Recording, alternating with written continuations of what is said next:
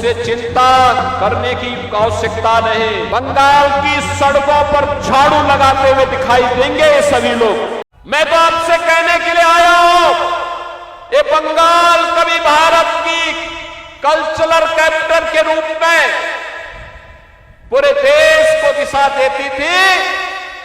पहले कांग्रेस ने, फिर कम्युनिस्टों ने, और 15 वर्षों से टीएमसी ने पहचान का संकट खड़ा किया है।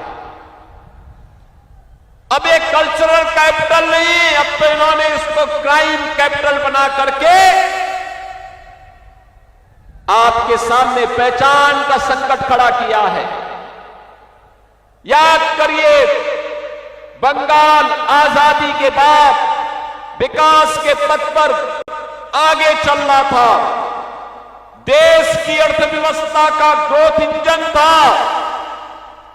उस समय बंगाल भारत की आवश्यकताओं की पूर्ति करता था, उद्योग धंधे थे।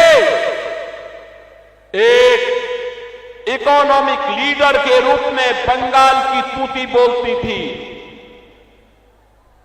नौजवानों के लिए नौकरी भी थी तो रोजगार भी था।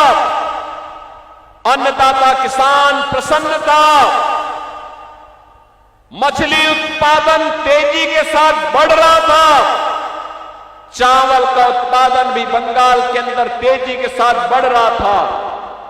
लेकिन पहले कांग्रेस ने, फिर वामपंथ ने, और 15 वर्षों में टीएमसी ने इसको भ्रष्टाचार का, भय का, अराजकता का एक केंद्र बना करके आज चावल का उत्पादन घट रहा है।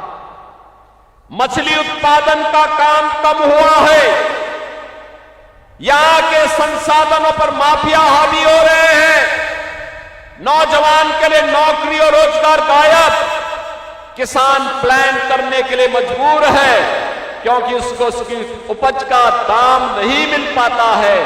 यूपी के अंदर आलू का दाम 15 से 16 रुपया किलो मिल रहा है और बंगाल में 1 से 1.5 रुपया मात्र मिल पा रहा है। इतना अंतर है।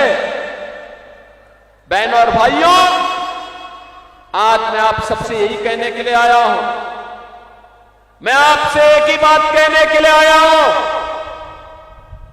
आप चिंता मत करिए। टीएमसी के गुंडे क्या कह रहे हैं, भयभीत मत होइए। कोई माफिया क्या कह रहा है, उससे भयभीत होने